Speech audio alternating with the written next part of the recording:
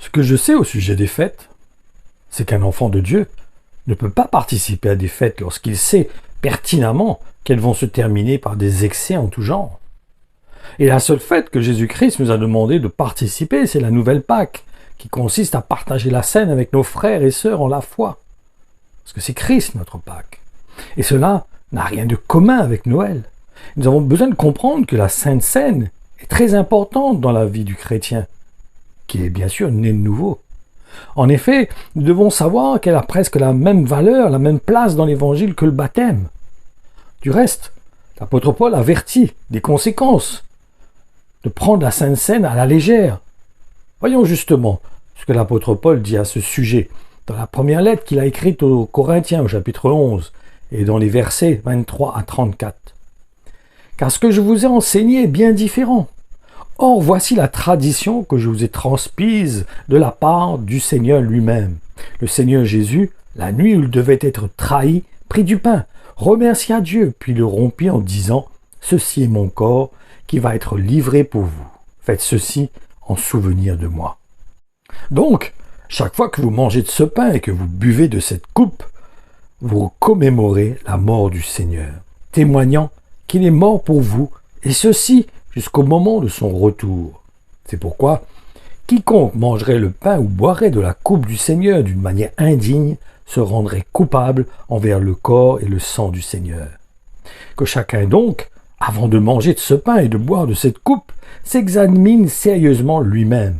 Car celui qui en mange, qui en boit en faisant fi de ce qui implique, pour lui, d'appartenir au corps du Seigneur, s'attire par là le jugement de Dieu.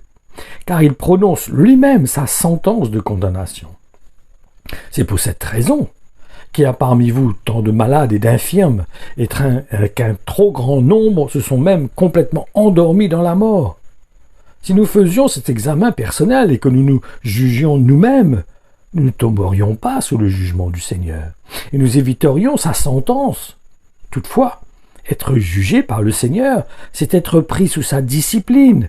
Ces jugements doivent nous amener à nous corriger, et chacun de ces châtiments contribue à notre éducation. Leur but est de nous éviter d'être condamnés avec le reste du monde. Ainsi donc, mes frères, lorsque vous vous réunissez pour manger en commun et prendre le repas du Seigneur, attendez-vous les uns les autres. Si quelqu'un a particulièrement faim, mais qu'il mange d'abord chez lui. Il ne faudrait pourtant pas que vos réunions attirent sur vous la condamnation divine. Quant aux autres points, je les réglerai lors de mon passage chez vous. Donc, considérons réellement cette fête, qui est la nouvelle fête de la Pâque, parce que Jésus-Christ est notre Pâque. Donc, c'est une fête qui doit être pour nous un moment merveilleux de nous retrouver dans le corps de Christ, d'unir le corps de Christ autour de ce repas, en mangeant le pain et en buvant le vin, afin de représenter, de nous commémorer l'œuvre que Dieu a accomplie au travers de son Fils. En effet, considérons que Christ est mort pour former son Église. Donc, c'est l'unité, la Sainte Seine doit nous emmener. Le pain, c'est le pain. Quand on rompt le pain, on rompt la chair de Jésus, mais on rompt aussi cette unité. On s'unit, on forme le corps. Après la résurrection de Christ, le corps a été formé, un nouveau corps a été formé.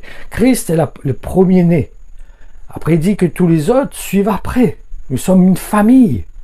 Et c'est important pour nous de considérer ce lien spirituel qui existe entre nous et que on manifeste l'amour au travers de la Sainte Seine, en considérant cette œuvre que Christ a accomplie, qui nous a permis de devenir un seul corps, qui nous a permis d'être unis au Père, d'avoir accès au Père au travers de notre unité à Jésus-Christ.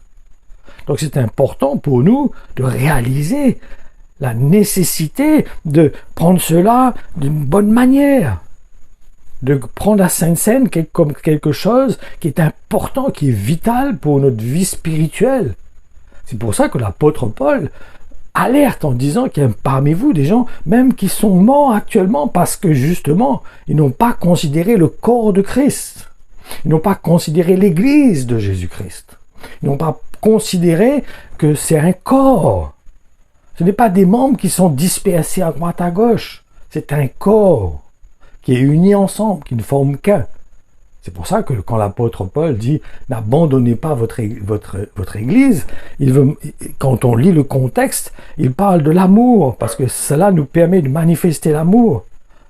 Ça nous permet de vivre l'amour, d'être ensemble, d'être unis, de manifester les sentiments de Christ.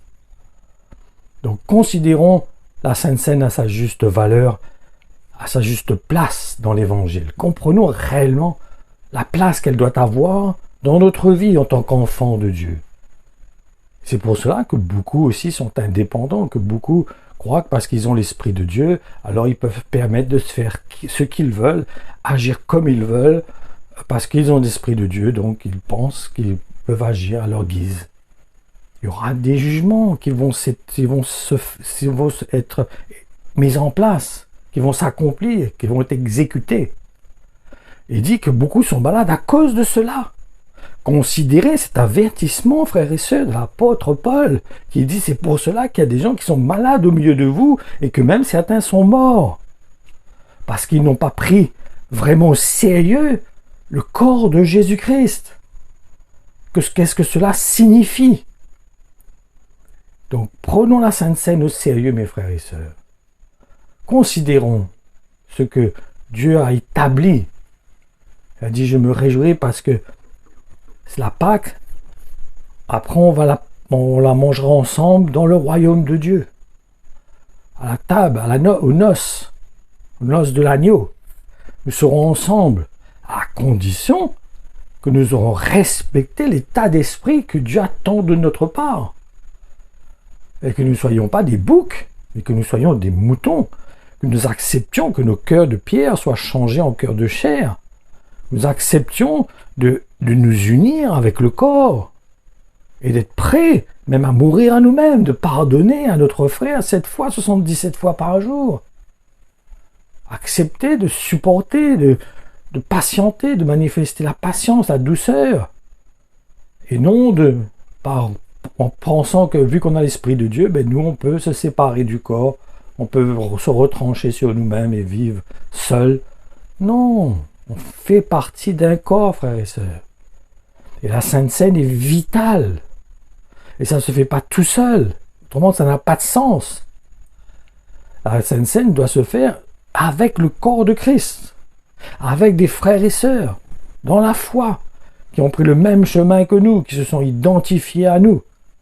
Et cela ne se prend pas non plus à la légère.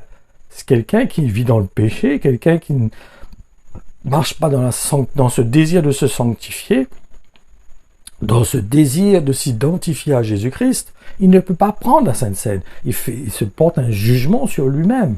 Ou si quelqu'un juge son frère, ou alors qu'il y a du remords ou de l'amertume contre quelqu'un, il ne peut pas prendre la Sainte Seine. S'il vit dans le péché, dans l'adultère, il ne peut pas prendre la Sainte Seine. Attention que nous prenions cela à la légère. La Bible dit qu'il y a une condamnation qui repose sur celui qui fait cela. Qu'il y a une humilité dans notre cœur, une repentance, un cœur